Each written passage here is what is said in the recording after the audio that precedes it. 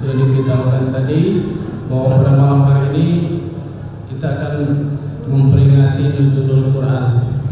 Dan pada malam hari ini alhamdulillah sudah bersama kita Al-Mukarram Habib Idrus bin Abu Bakar Al-Jufri. Dan Habib akan memberikan tausiah agama makna Nuzulul Quran kepada kita semua. Dan insyaallah kita semua diharapkan untuk bisa mendengar menyimak. Na'udzu billahi as-sami'il 'alim minasy syaithanir rajim. Bismillahirrahmanirrahim. Assalamualaikum warahmatullahi wabarakatuh.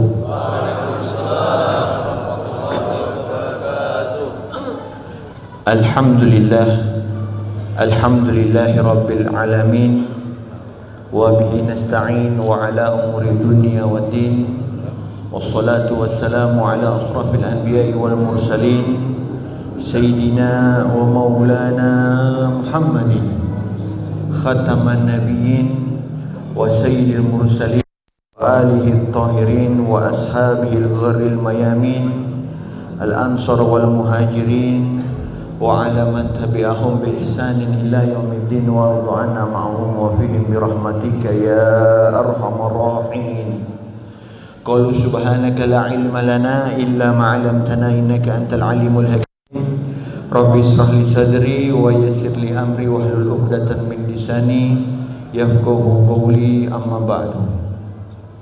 Pertama-tama dan yang utama saya hormati, saya cintai, saya banggakan para alim ulama, para asatid, para habaib, khususnya daripada Ta'mirul Masjid Kiai Mojo Tondano, para pemuka agama, tokoh adat masyarakat, aparat pemerintah, khususnya kepada Habib Hussein Assegaf dan kepada Habib-habib yang lain, alim ulama, ustadz yang tak bisa saya sebutkan satu persatu tanpa mengurangi rasa cinta saya, ta'zim saya dan bangga saya kepada antum-antum semua.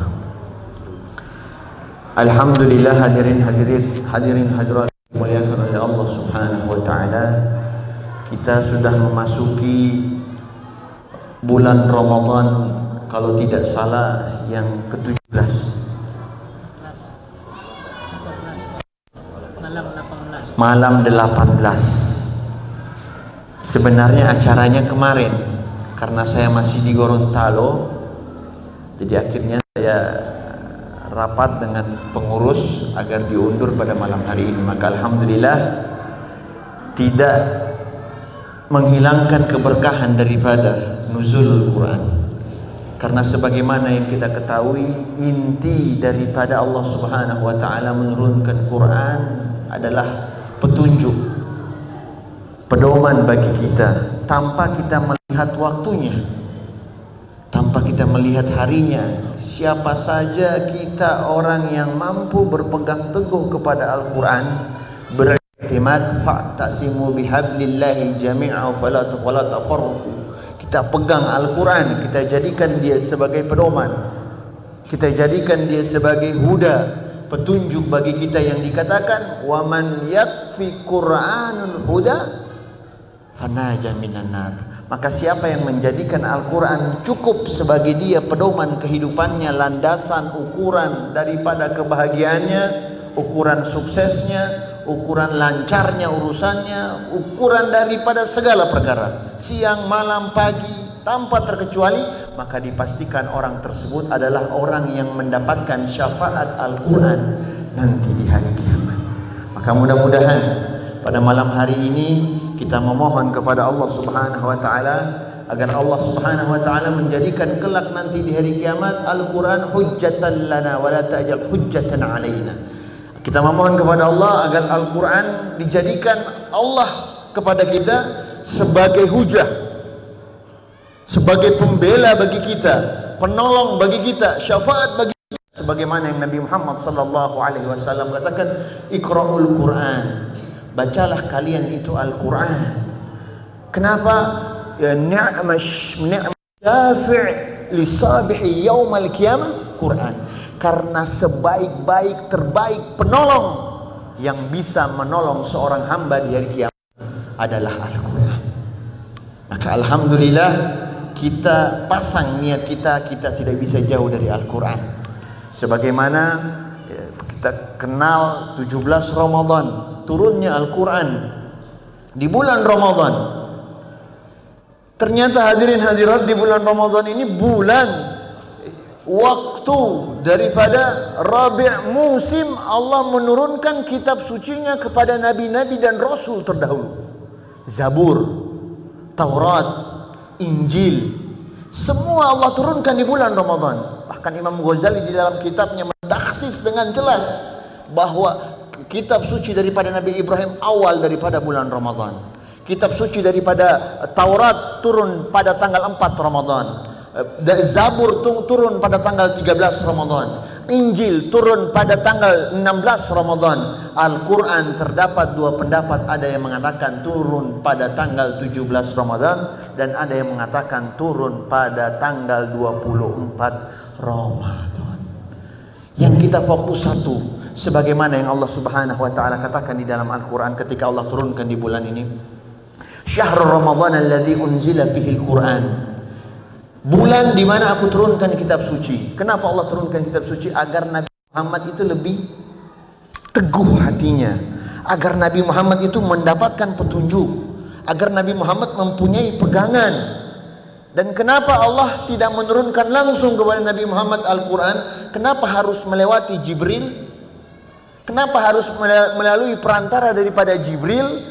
Karena dikatakan di dalam kitab Syarhul Ainiyah bahwa sesungguhnya Al-Imam Hafidh Abu Umar bin Salah ya di dalam fatwanya bahwa sesungguhnya Innallah Ta'ala 'allama nabihi, Allah menurunkan, mengajarkan petunjuk kitab suci, pegangan hidup di bulan Ramadan kepada nabinya awalan bila wasitoh, tanpa ada perantara sebenarnya. Jadi langsung, tak perlu lagi Jibril. Kemudian dikatakan tsumma 'allamahu iyyahu biwasitati Jibril munajjaman. Akhirnya Allah Subhanahu wa taala dengan zatnya Allah, dengan kehendaknya Allah, dengan keinginannya Allah yang terdahulu, kudrah iradahnya Allah Subhanahu wa taala, menjadikan Jibril sebagai wasitatul uzma, penyampai yang paling terbesar antara Allah dan Nabi besar Muhammad sallallahu alaihi wasallam. Sebagaimana yang Allah Subhanahu wa taala katakan dalam Al-Qur'an dalam surat An-Naml, wa innaka latulqal Qur'ana min ladun hakim sanuqri'uka fala tansa. Pertama Allah katakan, dan aku akan berikan kepada engkau wahai Muhammad Al-Quran yang jelas bayin bagi manusia. Apa? Sanuqri'uka fala tansa, sehingga kamu walaupun umi, Nabi Muhammad kan umi, tidak bisa membaca, tidak bisa menulis, supaya apa? Supaya orang-orang tidak mengatakan Nabi Muhammad SAW, kata Ibnu Hafidh, munajjaman, sebagai penyihir. Makanya Allah Subhanahu wa taala katakan di dalam Al-Qur'an, alladzina yattabi'una ar-rasula an-nabiyyal ummiyya alladzi yajidunahu maktuban 'indahum fit Taurati wal Injil. Mereka orang-orang yang konsisten tanpa melihat nabinya, tanpa melihat kepintaran nabinya, tanpa melihat kehebatan nabinya Muhammad sallallahu alaihi wasallam, konsisten mengikuti Nabi Muhammad sallallahu alaihi wasallam. Mungkin kita kalau mau mengikuti seseorang, kita percaya sama seseorang, Pak, Bu, itu harus pintar baca dulu. Itu harus lisannya pintar bersair dulu. Tapi Nabi Muhammad sallallahu alaihi wasallam, di antara mukjizat yang Allah berikan kepada Nabi Muhammad SAW adalah Al-Quranul Karim, yang Nabi Muhammad dikatakan umi, tidak bisa membaca dan tidak bisa menulis. Ini artinya apa? Nabi Muhammad lebih tinggi muasal seluruh orang yang pintar membaca dan menulis lahir, bermula, bersumber daripada Nabi besar Muhammad Sallallahu Alaihi Wasallam. Maka apa inti Allah menurunkan Al-Quran kepada Nabi Muhammad di bulan Ramadan, bulan yang Allah Subhanahu wa taala berkahi. Kita mengingat bahwa di bulan Ramadan ini banyak peristiwa, di antaranya peristiwa Ahlul Badar, perang Badar, perang yang jumlah pasukan Nabi Muhammad SAW berjumlah 313 melawan pasukan musuh, tapi dikalahkan Akhlab, dikalahkan sama Allah, dimenangkan sama Allah, bukan dikalahkan, afwan, dimenangkan sama Allah. Tapi perang Hunain yang Allah katakan di Al-Quran, jumlah pasukan musuh, jumlah pasukan Nabi kaum muslimin 12.000 dikalahkan sama Allah. Jumlah pasukan Badar kaum muslimin 313 jumlahnya melawan musuh yang besar, tapi dimenangkan sama Allah Subhanahu. Tetapi Hunain 12.000 pasukan tentara muslim kalah.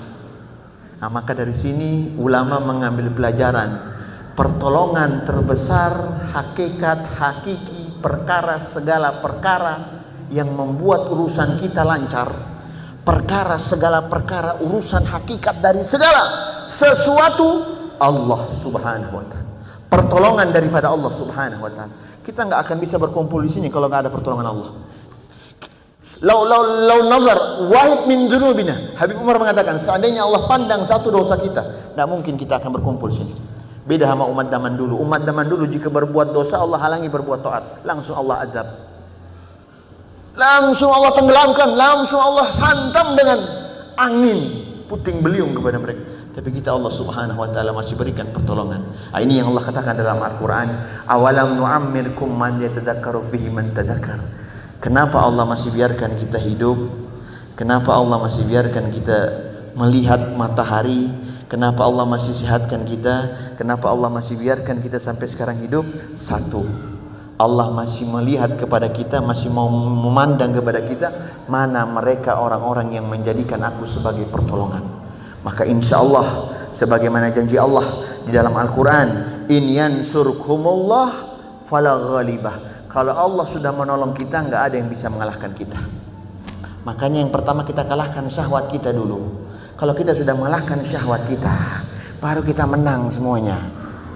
La yakhruj min qalbi syahwatal illa mu'azziz.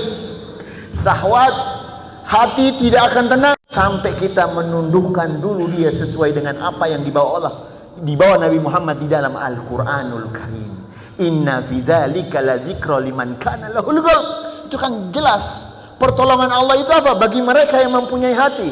Hati kita senantiasa berpaut kepada Allah, berharap kepada Allah, kembali kepada Allah Subhanahu wa ta'ala. Maka Allah katakan dalam Al-Quran, in yansurkumullah fala ghalibah. Jika Allah sudah menolong, memandang, membantu kamu, maka tidak ada satupun yang dapat mengalahkan kamu. Maka tidak ada satupun perkara yang membuat kamu dengki, maka tidak ada satu perkara pun yang membuat kamu hasud, maka tidak ada satu perkara pun yang membuat kamu berat melaksanakan perintah Allah.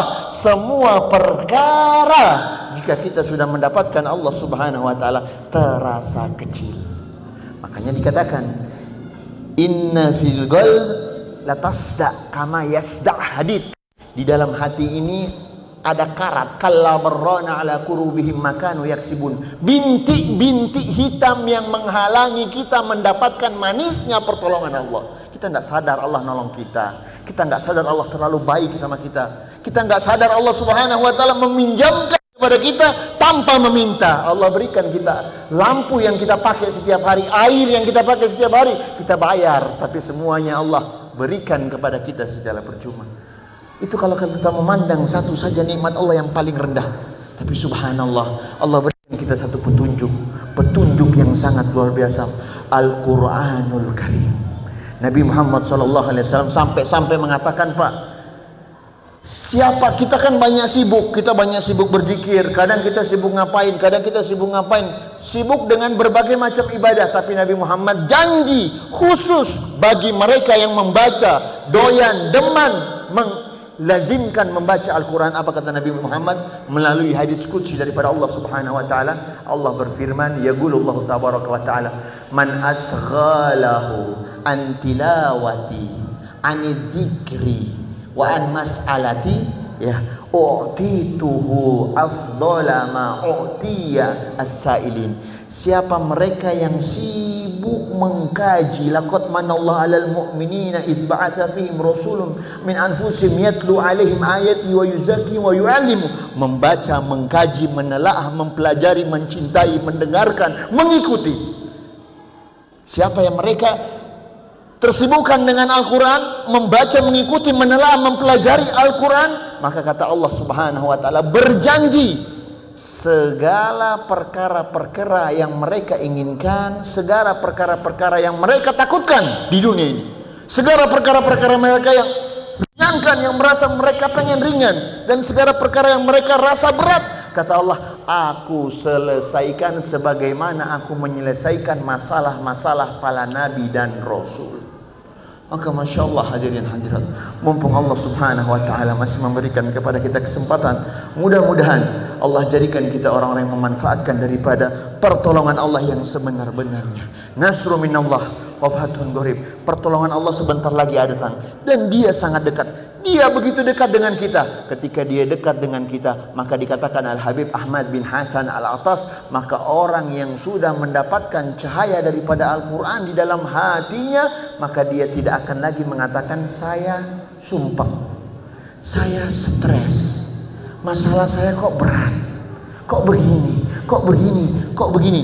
Namanya ini artinya kata Ahmad bin Hasan Al-Attas, berarti dia belum mendapatkan keberkahan Al-Quran secara hakikat. 3 keberkahan Al-Quran kata beliau. Yang pertama, Al-Qari Quran fi thalathatil haq. Orang yang membaca Al-Quran mempunyai 3 hak, sebagaimana kita mempunyai hak dalam solat dan berbagai ibadah kepada Allah. Yang pertama, kita khasyi'ul qalb.